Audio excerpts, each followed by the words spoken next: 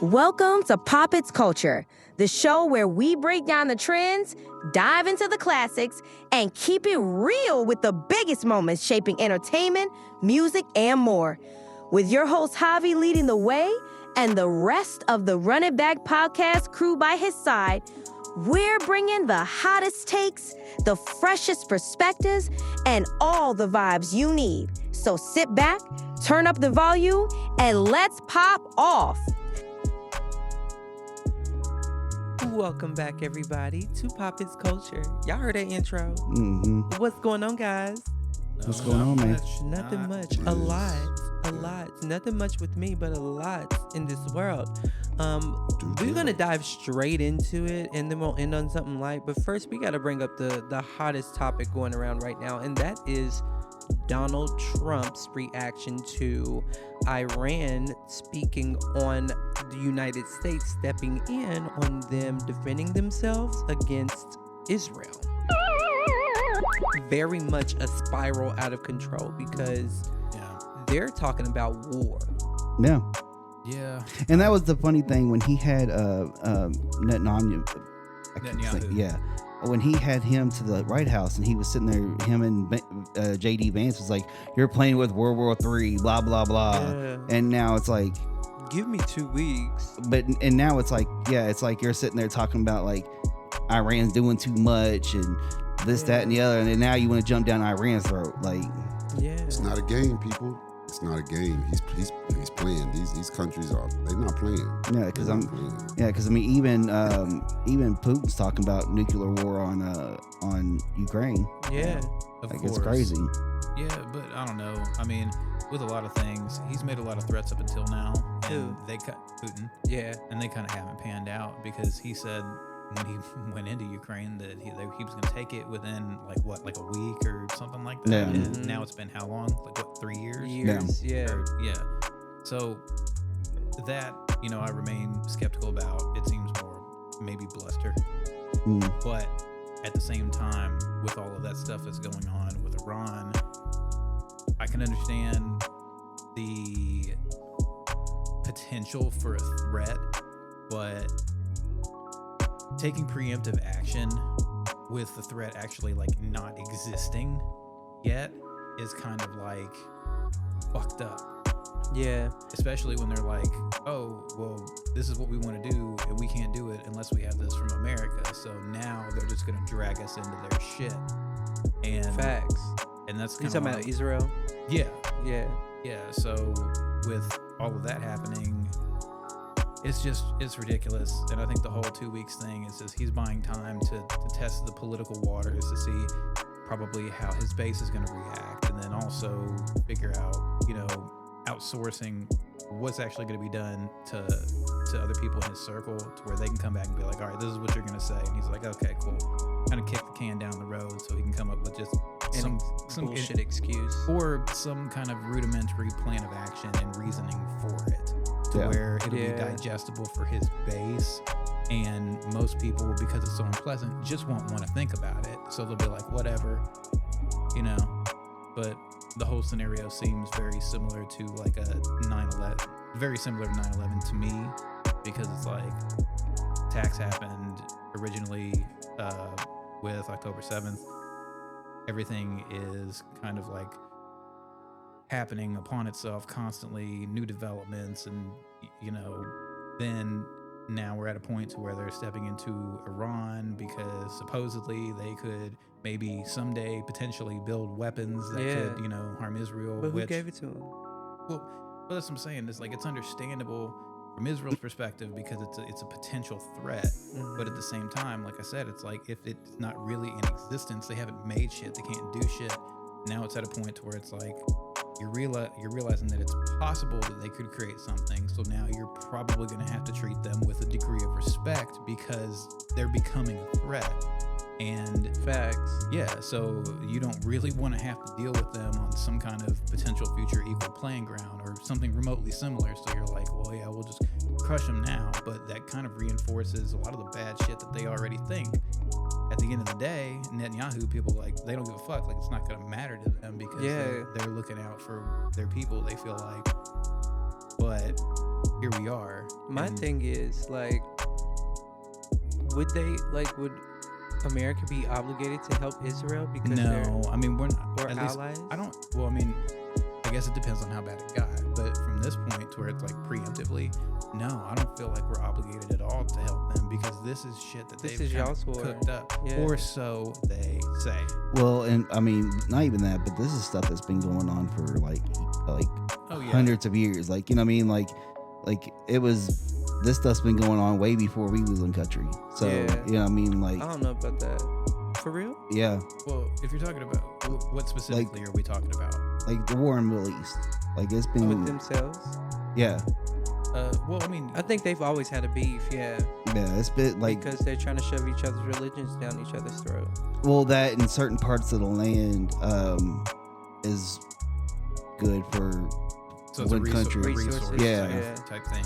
Yeah, but and then we've also kind of being who we are in our history, just we've Brown nose to try hold to that damn thing. well, we try to establish our foothold in other places. So it's like we've been constantly sticking our nose naturally into a lot of their business for our own interest. And again, like here we are. Yeah. Stay the fuck out of it, America. Yeah, and that was the one thing that he said he swore he wouldn't do was go into an endless war. Yeah, well, it's a tough balance because it's like if we are going to be involved, whether it's like in trade or any kind of diplomatic whatever, we have to be out there and be connected. Like Right. we can't kind of shut ourselves off to the world. Yeah. But at the same time too, what we doing now is supposed to I shut d- us off. but I definitely see it's like, well, we can't be expending all our money being the world police. But again, there's a balance. That's why you Right. have shit like NATO and the UN and Yeah. whatnot. Right. Yeah. And that's basically why the countries join NATO Yeah. so And- they can talk things out and not Yeah. not have it come to nuclear arms. And that's why it's so when you see it on the news, well, such and such, this country has left NATO. It's like, oh, okay, so what's your what's your agenda now? What are you trying to do? exactly. But- What's on your mind? One of the things that's probably come to the forefront now with all of this, and at least this is my opinion, has been that for years, like, yeah, kind of like North Korea, like Iran, we talk a little bit of shit. We talk a little bit of shit about them. There's an exchange, That's what I was but about to say. no one's really doing a whole lot of anything. Like things did happen that were substantial to our history, but I'm saying like overall, nobody really wanted it with one another because it would be disruptive. Yeah. So now it seems like we're getting to the point to where people are in some way, shape, or form kind of showing their hands. We already know that we're the big boys and we can kind of kick around the little guy if we really want to. So Iran now understandably feels under threat because they're cornered with the preemptive attacks and the potential of us getting involved. Yeah. So it really makes Iran look kind of, they can't fend off anything that we would do. Yeah. It would seem. So it's kind of like, But they That- saying they're not gonna back down. and that's So- understandable because why would you just be like, okay, and just like cave? You can't do that. Oh, So, but you can if Well- you have a backup plan. And this is my fear, is that Iran is working with other countries, which I already know that they are. But yeah. at the same time, you've got to see the threat with Russia and China too. When China is backing Russia and going for Ukraine, and Iran's now wanting to join America in on this war, or Americans enticing themselves to join in on this war with with Iran and Israel. It's like, are we leaving ourselves vulnerable to being attacked while we're attacking by Russia and China? I feel like that's always a potential, but at the same time, I feel like Russia- this potential's stronger now, though, because of everything It that's going depends on how bad each one of those other big superpowers wants it, and like for but how hard would it be for them to team up? We're already sending a lot of our resources to Ukraine. Now we're about to send most of our troops to fight in a war. But okay. I think China would be more level, cool-headed, and be like, no, unless they really saw an opportunity for a power grab in the Pacific. But mainly because if you been pay attention to what they've been doing, where we've been emptying out of a bunch of different spots around the world, China is filling that void, and they're being like, hey, we don't have to be oppressive with stuff. We'll come in and give you loans, help you build your bridges, and help build shit up. They're friendly approach to stuff as being like America's stepping away and kind of becoming more isolated. Well, we're here and we're not going to operate the same way that they do, albeit their way is still its own form of insidious. And again, that's where we're at. They have a lot of investments and a lot of shit going, places like Africa and whatnot. So I'm kind of like, I think China, with so much money wrapped up in other things as well, trying to fill the void of where we've left.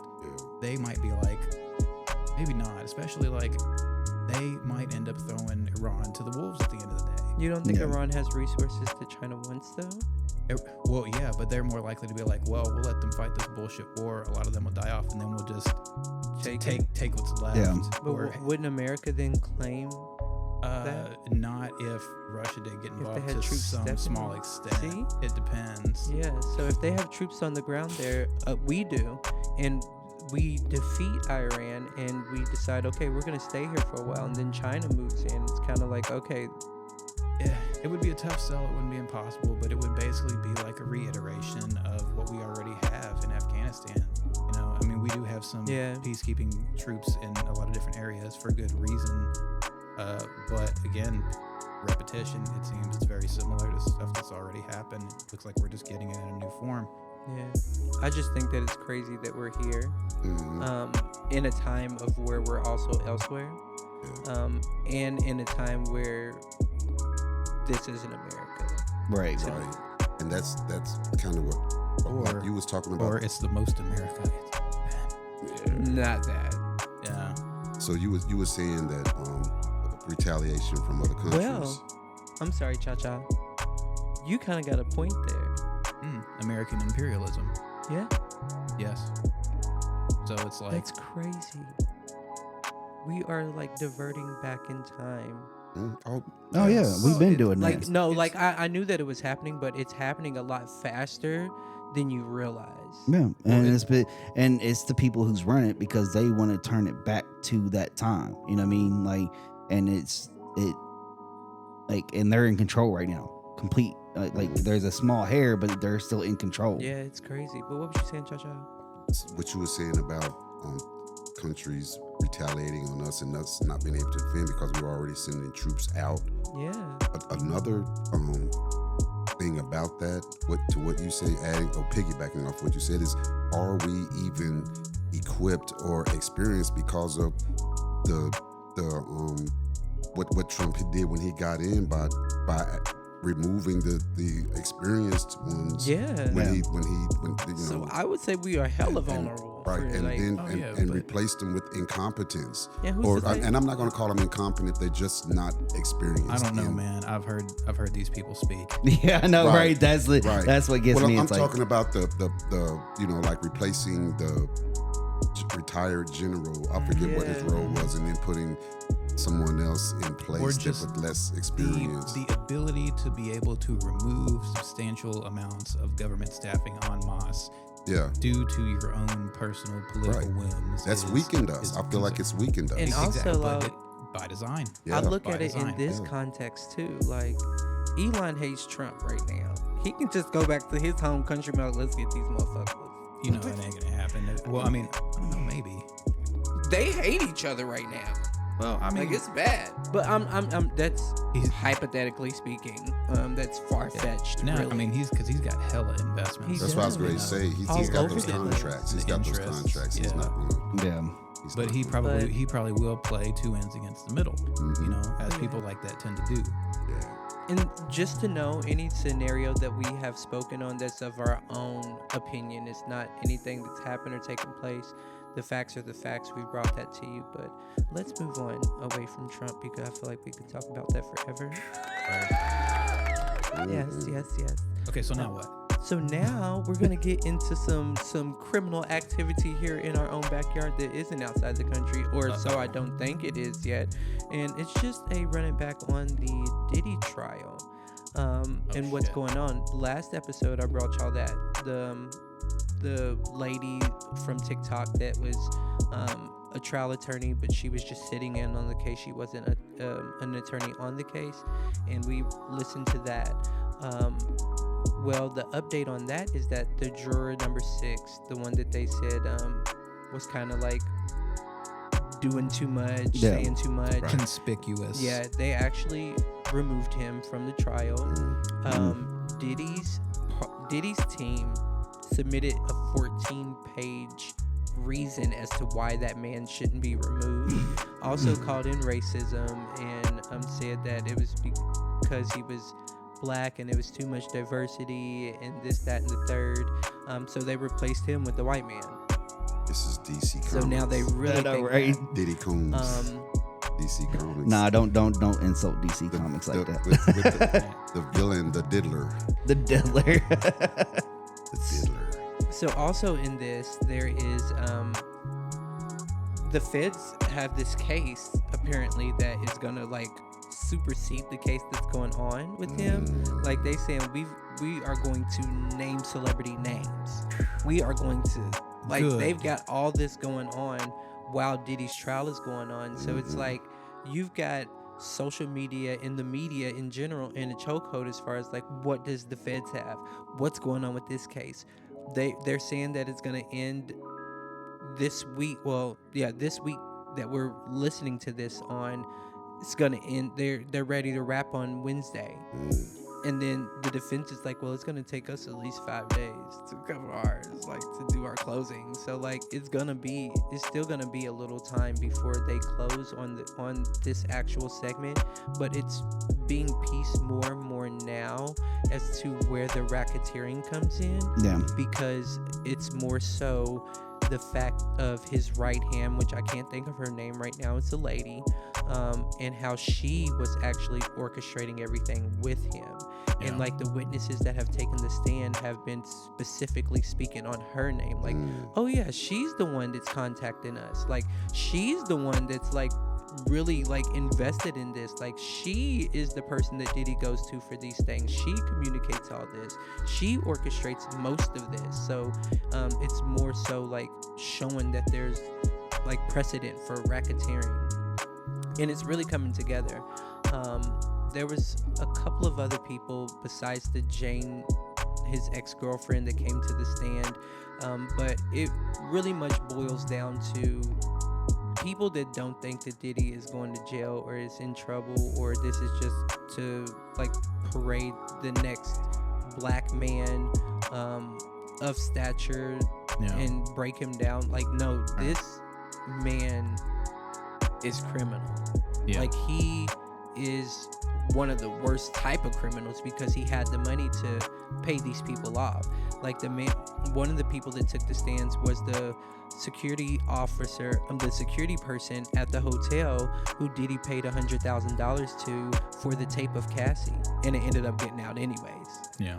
So these are the people that's taking a stand, and even he said, "Oh, well, Miss Right Hand Lady was right there the whole time talking. She was talking to me." So Well, it's also kind of like you said, like this is just part of it's like part one. Like it's going to be many different trials of different things. Like I think once this is done, though, and the FBI is go into their trial. And then that's what I'm waiting to see. I'm waiting to see that criminal celebrity list. That's what I was just getting ready to say that. I think that's really where it's going. That's what everybody's waiting on. Everybody's waiting on. They just have to prove list. the racketeering in order to get to the next step. Yeah. Oh, okay. Yeah, this is to open the case up. There's Like this is just like the cover page. There's some people honestly. out there that are nervous. Hollywood. Oh yeah.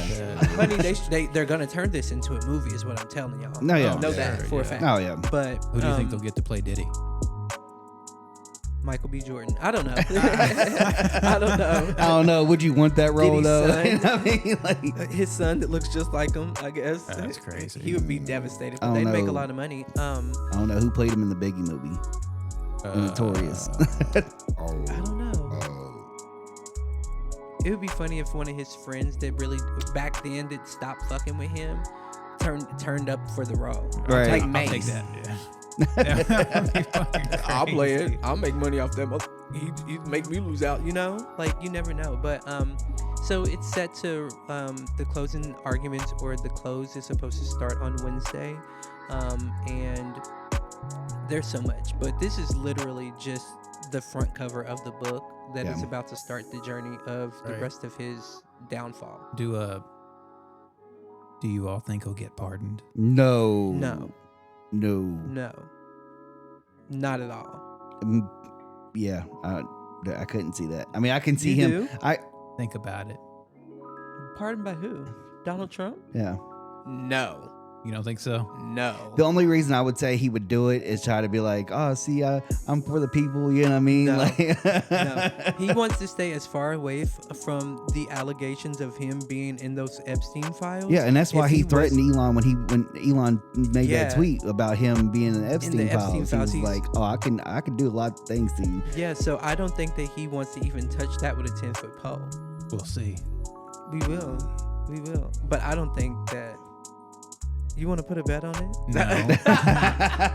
Look, my head goes to money. You want to put a bet on it? Nah.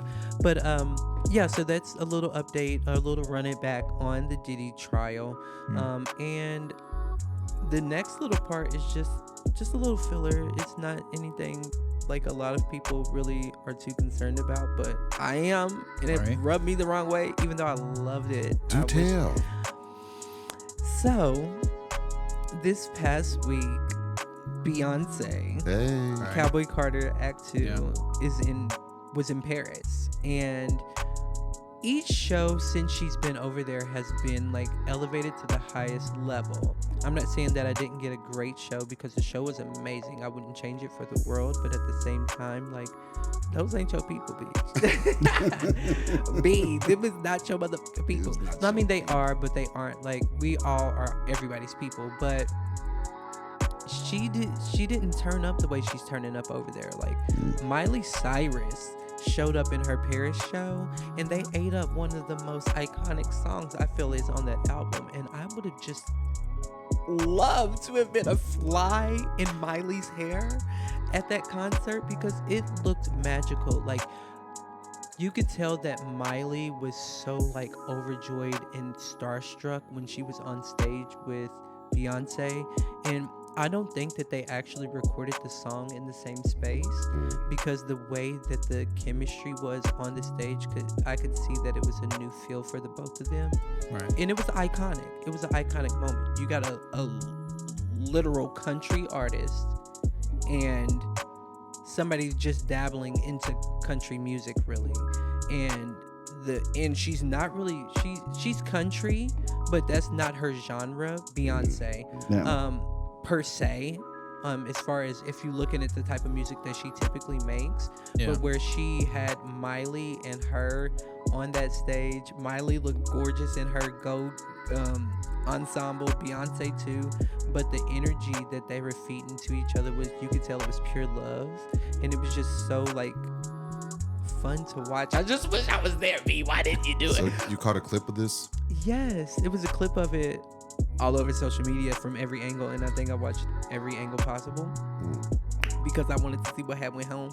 So, and not just like the fact that the Miley was there, but like the looks that are happening overseas are so much better. Like I feel like I got the starter looks. Like, I mean, we did because it was the start of the tour, but like Yeah, so over now there, Now you feel slighted because you feel like you missed out. Yeah. I'm enjoying to watch it. I can't wait for the movie because I know there's going to be a movie, because that's what she does now. Instead of releasing like videos, she releases a full movie of the experience. Well, is it like a certain thing of like she's doing it over there because she couldn't do it over here? No, she could very well do all the things that she's doing. Okay. in her I didn't know, concert. like, Yeah. I would 'Cause, you think know, some like- things would be subject to availability. Yeah, like or maybe These like are looks. Oh, you're talking about looks? Yeah. I thought you were talking about like features. The only person that's been, well, yeah, because the Les twins were at the one in England. Yeah, totally. But not everybody. They're can from at the same Paris. time. was it England or was They it Paris started. one? They started off in the UK, in London. Well, no, I'm saying was they at they the met her in London. Okay, yeah. They met her in London and have been on the tour with her since.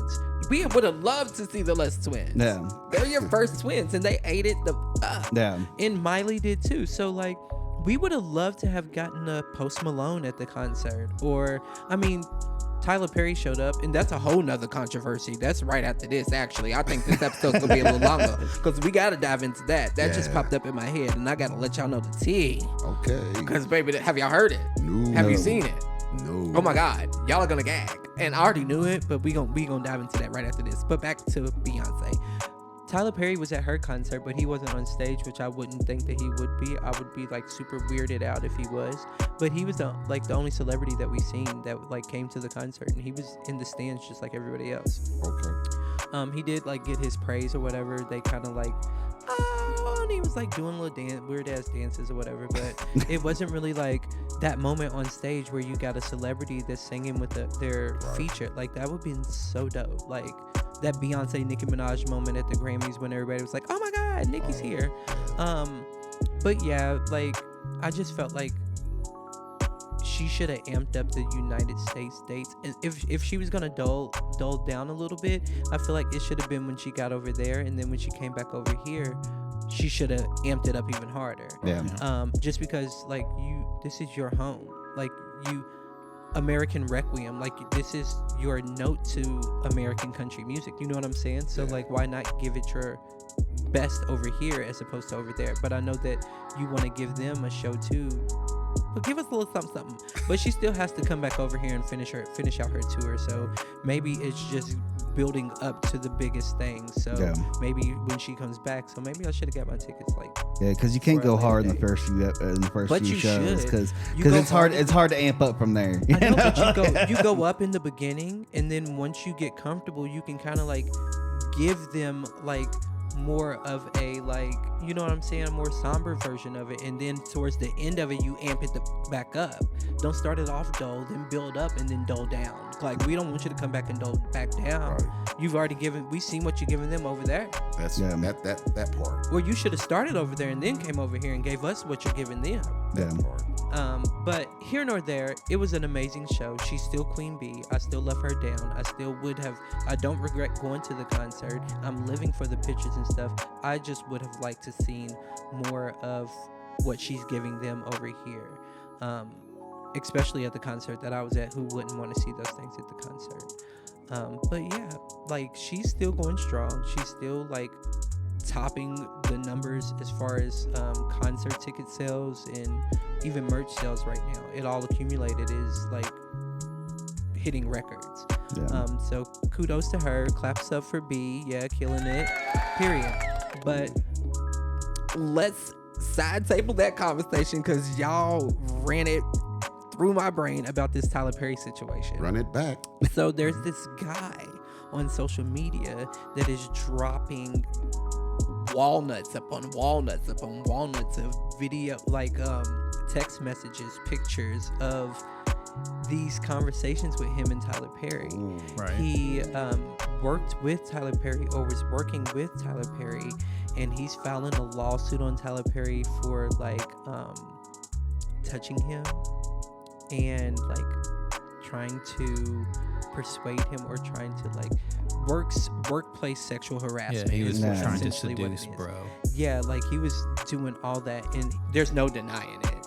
Like this is very clear. Like he's like in these messages, he's kind of saying like things, and I'm not reading anything, and it's not verbatim, but things like, yeah, so I'm gonna help you, but you can't tell anybody I'm helping you because they'll see you differently than if you tell them that I'm helping you. Or like, I'm drunk as F, and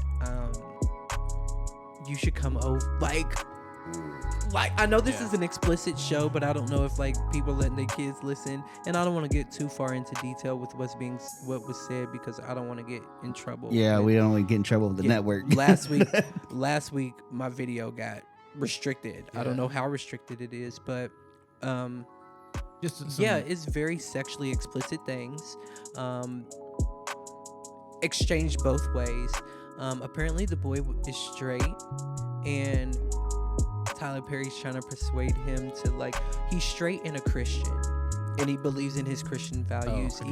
He's the if he has forbidden fruit for Tyler Perry. even if he has feelings for the same sex, he doesn't act on them. So it's a lot of Tyler Perry trying to like Trying to be persuade trying to be them. that Yeah, like, sledgehammer. you can still do these things and be religious and feel those beliefs. He like, tried to be the snake in the garden. Come yeah, on, right. he is trying to be the snake in the garden. Yes. There's a lot that's going on Snake in the garden. with that. It's Oh, yeah. crazy. We got one for that one. Yeah. See, Yeah. you got to do that. Yeah, so it's crazy. And the reason I said like I knew it was I knew he was gay. He did Medea too well. He knew too much about how a woman acts, how a woman feels, how a woman, because like as a gay man, I'm that 50-50. I have that femininity and I have that masculinity. And I was raised and stayed around women, so I have that. Like he says that he stayed, but like you can tell that like, oh, Well, yeah, he's got This- that. He's You got could that tell aura. somebody. Yeah, this man is that he's That was always the talk anyway, you know. Yeah. And he you know, 'cause tried to he- play it off though. yeah, yeah, didn't but- he get married or something? Doesn't he have a child or something?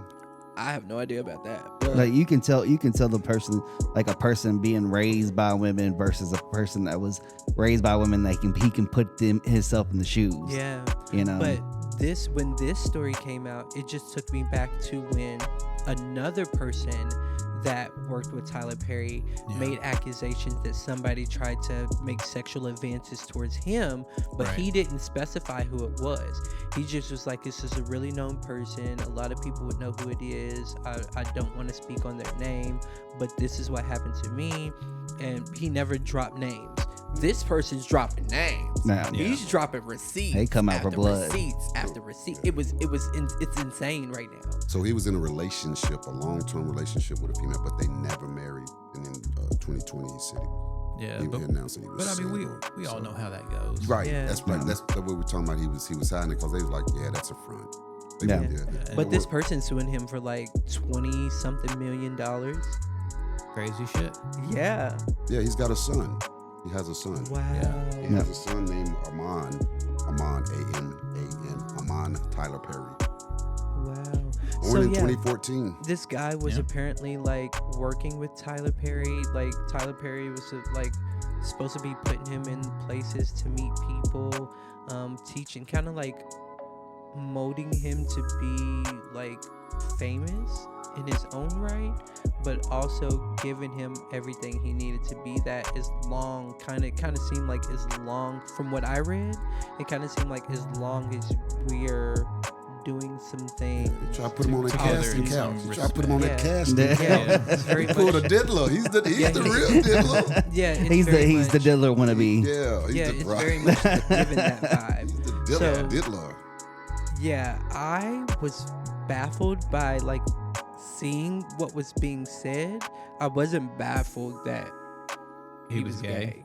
Right. Yeah. I was kind of like, girl, we I all was knew like, it. well, But exactly. wow, this is how you're Confirmation. carrying yourself, and you're Tyler Perry. Like, you are not a bad-looking guy. You are not broke. And you his are messages, the messages in his not. movies. Yeah, like you are. Yeah, but a either smart way, person, outside of like, the why do lawsuits and everything right now, it's like cat's out of the bag. You're free now. Now you can be homosexual. Kinda. Now you can be a homosexual.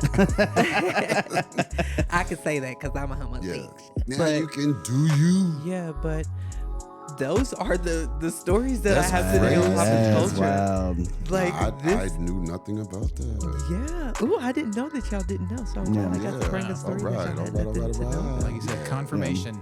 Yes, and we definitely gonna run it back on the Tyler Perry story. So Yeah, y'all because like, guys- oh. because I agree. Like it was one of those like you knew something wasn't Yeah. right, especially like Yeah. I've had a friend before who was like we knew he was gay, Yeah. but he'd be sitting there he'd be like, oh, she's hot, and we'd be like, we don't believe you, That's how I was. believe. That's exactly how I was.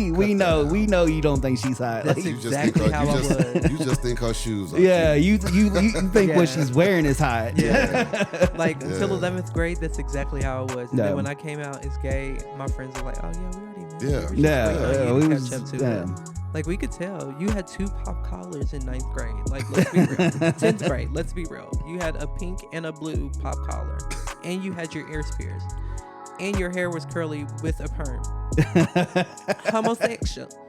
That's enough right there. All right, y'all. Well, with that laugh, this is wrapping up this episode of Pop It's Culture here with my boys from the Running Back crew. Yo. And we will catch you next week. Peace. Laters. Peace. Deuces.